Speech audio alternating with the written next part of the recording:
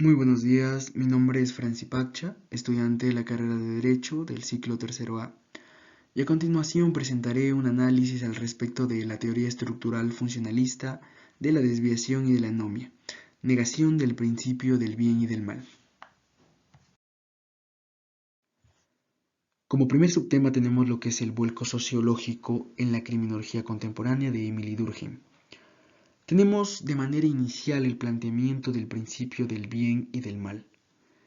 Y por ende tenemos la contrapropuesta de la teoría estructural funcionalista de la anomia y de la criminalidad, que pone en duda la existencia de este principio o más bien el desarrollo del mismo dentro de lo que corresponde a una sociedad. Esta teoría es introducida en las obras de Emily Durkheim, pero fue desarrollada por Robert Camerton y representa el giro de orientación sociológica efectuado por la criminología contemporánea.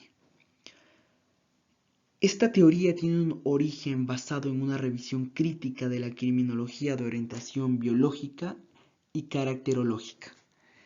Como tal, tenemos un estudio profundo por parte de la teoría hacia obviamente una dirección alternativa a lo que se caracteriza siempre en las teorías criminológicas, la cual quería demostrar algo diferente o poner en tela de dura un análisis diferente a lo que se consideraba tradicionalmente una teoría criminológica. Esta exposición de Merton, pues la teoría funcionalista de la anomia y de la criminalidad, presenta algunos postulados. Y bueno, entre ellos lo que tenemos es que las causas de la desviación no deben buscarse ni en factores bioantropológicos y naturales, es decir, en el clima, la raza, ni en una situación patológica de la estructura social. También tenemos la desviación, que es un fenómeno normal de toda estructura social, que es algo que comentaré más adelante, y que es una realidad objetiva, que la desviación pues es algo normal, algo natural dentro de cualquier círculo social, que afectará en medida de su limitante. Y como tercer punto tenemos solo cuando se haya sobrepasado ciertos límites, el fenómeno de la desviación es negativo por la existencia y el desarrollo de la estructura social. Pero si se acompaña de un estado de desorganización, en el cual todo el sistema de reglas de conducta pierde valor. Como tal, esto era referente a la limitante, que una desviación no es negativa mientras tenga cierto control dentro de la misma. O sea, se basa en normas generales que ayudan a la conducta de la sociedad, llevarlo de la mejor manera. Bien, tenemos que una frase, un postulado que dice, si hay un hecho cuyo carácter patológico parece incuestionable, es el crimen. Y esto es algo en lo que la mayoría de criminólogos están de acuerdo y es que es muy cierto. Si existe un hecho que no se puede comprobar que haya sido cometido en base al desconocimiento o en base a una incapacidad, pues obviamente será considerado un crimen. Esto debido a características patológicas del individuo que lo comete, por ende pues se consideraría de manera cierta que este individuo pues era consciente del acto que cometía. Y bueno, tenemos también que el fenómeno criminal del que hablan Durkheim pues está presente en todo tipo de sociedad. Esto es algo muy claro, algo muy conciso, y es que es cierto, no hay una sola sociedad en la cual no exista criminalidad. Y esto es en base a los diferentes desarrollos socioculturales que lleva cada una. Por más que en una sociedad se trate de llevar de la mejor manera el aspecto cultural, el aspecto de desarrollo social, la implementación de ayuda social, y todos los factores encaminados a evitar la criminalidad, va a seguir existiendo criminalidad y esto es de acuerdo a algo netamente cultural y de toda estructura social, que no puede desaparecer al 100% la criminalidad. Y bueno, también tenemos otra cosa muy interesante que es la visión de Durkheim sobre el delincuente. Y es que bueno, Durkheim pues la verdad es que considera que no lo ve como tal al delincuente como un ser radicalmente antisocial o como una especie de elemento parasitario, como lo cual lo consideraban varios criminólogos tradicionalistas. Más bien Durkheim lo considera delincuente como un agente regulador de la vida social. Y esta visión general funcionalista del delito se ve acompañada en Durkheim por una teoría de los factores sociales de la anomia, ya que con anterioridad pues presenta las concepciones naturalistas y positivistas que identificaban las causas de la criminalidad en las fuerzas naturales, en las condiciones económicas, en la densidad de población de ciertas regiones, etc. Y pues Durkheim pues pone fin a este tipo de análisis presentando una nueva visión cosmológica del delincuente. Como segundo subtema tenemos la propuesta de Robert Hamerton, la superación del dualismo individuo-sociedad, fines culturales, acceso a los medios institucionales y anomia. Esta teoría principalmente fue desarrollada por Merton en base a la idea de Durkheim, ¿no? Merton como tal se opone a la concepción patológica de la desviación y a aquellas visiones del mundo que él define como anárquicas. Y esto es muy referente a una crítica a las estructuras sociales muy distantes en esa época, ¿no? Los sesgos sociológicos que existían en ese tiempo, pues se consideraban algo preocupante para el desarrollo de las sociedades.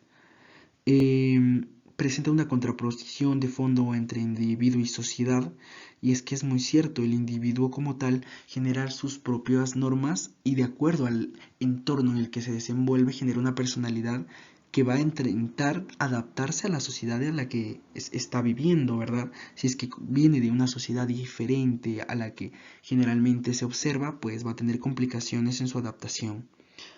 Interpreta la desviación como un producto de la estructura social. Y es que es muy cierto, la estructura social tiene un peso importante en la personalidad de las personas y por ende en su accionar dentro de la sociedad.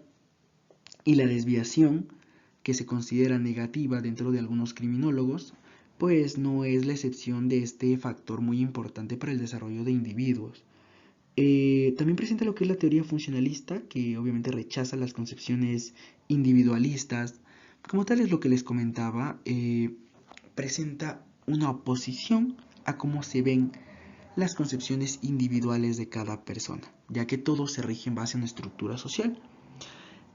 Una explicación funcionalista consiste pues obviamente en referir la desviación a una posible contradicción en la estructura social y cultural. Y es que hay una gran diferencia entre lo que para Merton se identifica como estructura cultural y estructura social.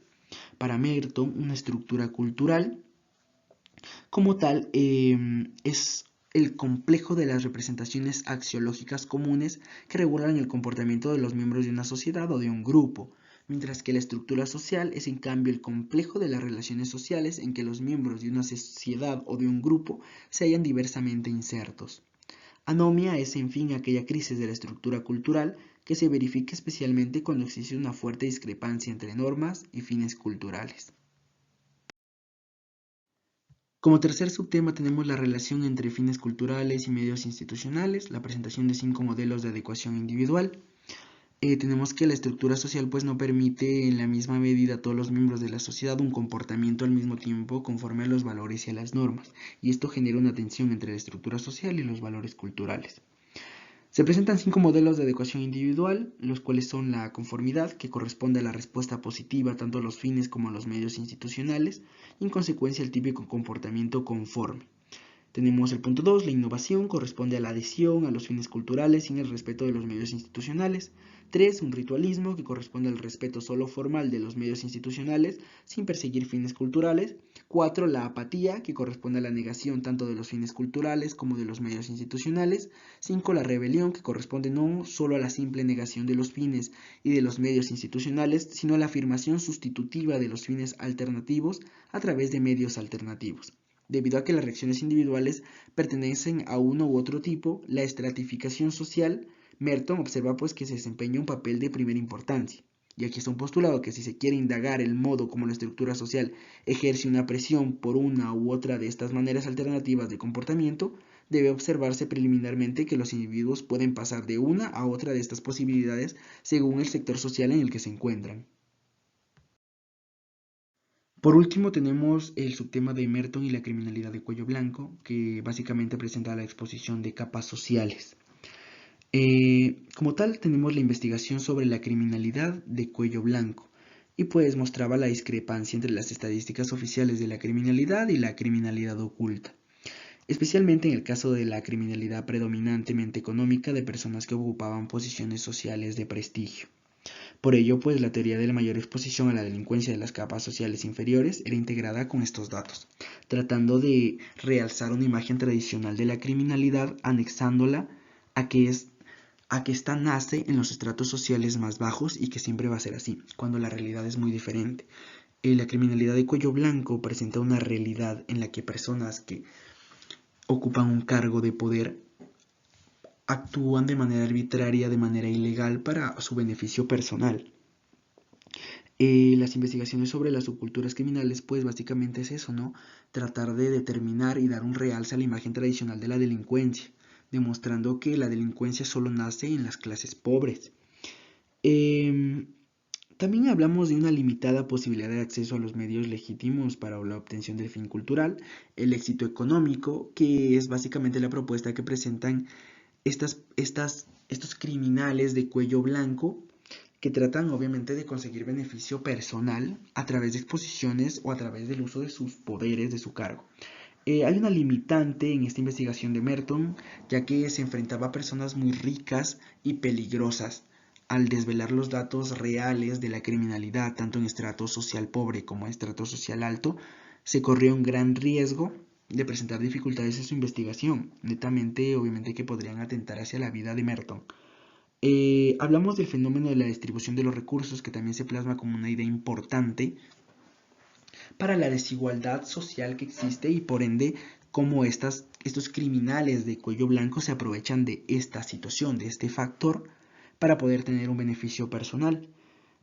Anexado a esto tenemos que es una crítica a la sociedad capitalista. Obviamente, como sabemos, Merton presentaba una idea muy social, muy naturalista, en el que plasmaba cómo esta crítica a la sociedad capitalista hablaba desde un aspecto superficial de la sociedad de arriba, que la criminalidad de los estratos más altos, aunque permanezca oculta, genera un inconveniente de valores estratosféricos al desarrollo de la sociedad. Por ende, obviamente esta teoría, juntamente con las teorías de subculturas criminales, se quedan en breves ideas anexadas a las obras de Merton, ya que lo único que se buscaba en esa época pues era darle un realce a que la población criminal aumentaba en las clases pobres. No se buscaba desvelar la realidad de la criminalidad de cuello blanco, pero Merton lo logró de cierta manera.